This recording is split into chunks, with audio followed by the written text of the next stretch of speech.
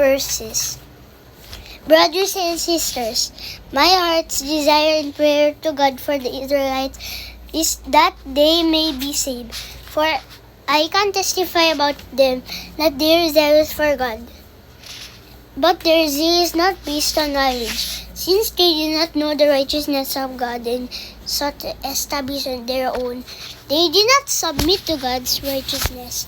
Christ is the culmination of the law, so that there may be righteousness for everyone who believes. Moses writes this about the righteousness that is by the law.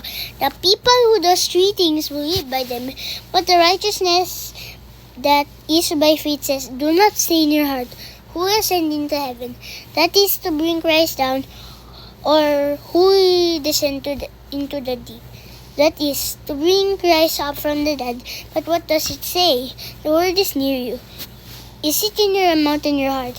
That is the message concerning faith that we proclaim. If we declare with your mouth Jesus is Lord and believe in your heart that God raised him from the dead, you will be saved.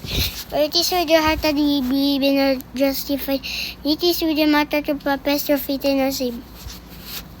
As Scripture says, anyone who believes in him will never be put to shame.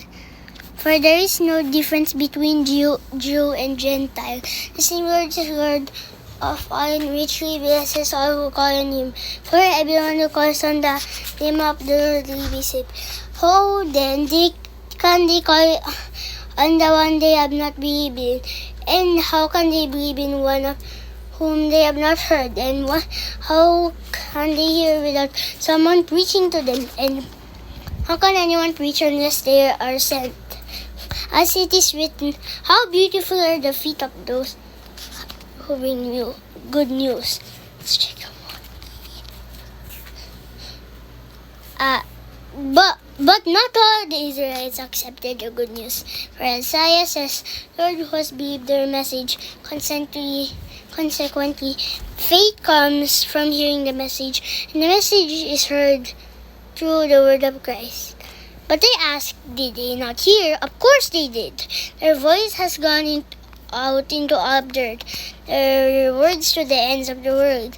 Again I ask, did Israel not understand? First Moses says, I will make you envious by those who are not a nation.